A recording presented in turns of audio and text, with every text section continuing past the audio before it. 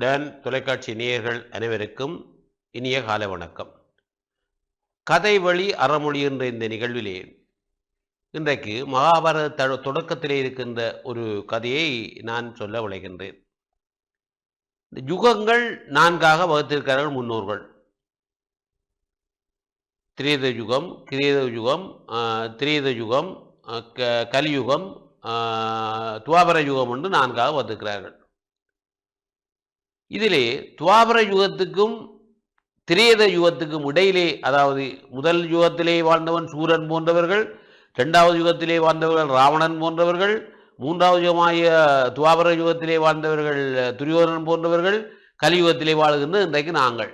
இதிலே 2வதாக இருக்கின்ற திவாகர யுகத்துக்கும் அடுத்து இருக்கின்ற துவாபர யுகத்துக்கும் திரேத யுகத்துக்கும் இடையிலே இருந்தவர் ஒருவர் இருக்கிறார் என்றால் பரசுராமர். அவர் அந்த யுகத்தின் கடைசியிலே இருந்து இந்த யுகத்தின் தொடக்கத்திலே இருக்கிறார், வருகின்ற நபராக காணுகின்றார். பரசுராமர் யார் என்றால் சமதக்கினி முனிவருக்கும் ரேணுகாதேவிக்கும் உதித்த 3 புதல்வர்கள் இவர் ஒருவர்.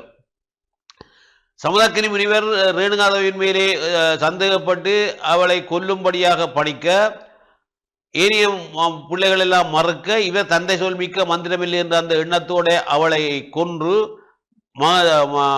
சமதக்கினிவருடைய மகளுக்கு ஆளாகி, உனக்கு மகனே என்ன வர வேண்டும் என்று கேட்க, தாயை எழுப்பி தர வேண்டும், அதான் எனக்கு கேட்கிற வரவுன்னு சொல்லி அதன்படி அவர் எழுப்பி கொடுத்தது. அப்படியான ஒரு பெரிய வீரர், மழுவாயுதம் என்று சொல்லப்படுற கூடரி ஆயுதத்தை தன்னுடைய படைக்கல்லாக கொண்டவர் இந்த பரசுராமர்.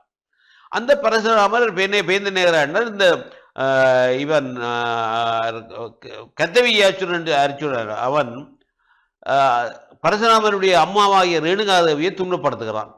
அதாவது சமதக்கினி வீரரோட சண்டை போடுகிறான். அதனால் அவர் தோற்கின்ற போது தாயாகிய ரேணுகாதேவியை இவன் துன்பப்படுத்துகின்றான். அவருடைய முதுகிலே 21 முறை சாட்டையால் அடிக்கிறான். 21 முறை சாட்டையால் ரேணுகாதேவியினுடைய முதுகிலே அடி.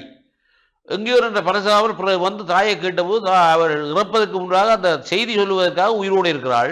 மகனே, இந்த கத்தவிரியாச்சுரன் போன்ற இந்த சத்திரியர் என்ன செய்கிறார்கள்டா, என்னை இப்படி துன்பப்படுத்தி விட்டு முதுகிலே 21 முறை சாட்டியால் அடித்து என்னை வருத்தி விட்டார்கள் என்று கண் கலங்கி கதவை விட்டு இறக்க, அதிலே ஒரு சபதம் எடுக்கிறான் பரசுராமன். இந்த 21 அடிக்கு பதிலாக நான் சத்திரியர்களை 21 தலைமுறைக்கு பழி வாங்குவேன். 21 தலைமுறைன்னா பிள்ளை ஒரு மனிதன வாய்க்காலத்தில் வச்சுக்கொண்டு தலைமுறை ஒரு 30-40 வருஷத்தை நாங்கள் இப்போ தலைமுறையாக கருதுகிறோம். பழி வாங்குவேன் என்று முடிவெடுக்கிறான். அந்த முடிவின்படி கத்தவெரியாச்சுடன் அவன்ற பிள்ளைகள் போன்ற எல்லாரையும் பழிவாங்கி கொண்டு வந்தவன் இந்த பரசுராமன். அந்த பழிவாங்குகின்ற போது, அவங்களை கொல்லுகின்ற போது, அந்த கொல்லுகின்ற ரத்தங்களை சமந்த வஞ்சகம் என்று சொல்லப்படுகின்ற ஒரு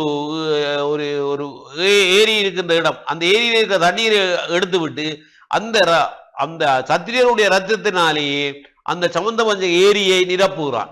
ரத்தம் குருதியை நிரப்பிய இடம் அந்த சமந்த வஞ்சகமாகி அந்த ஏரிகள்.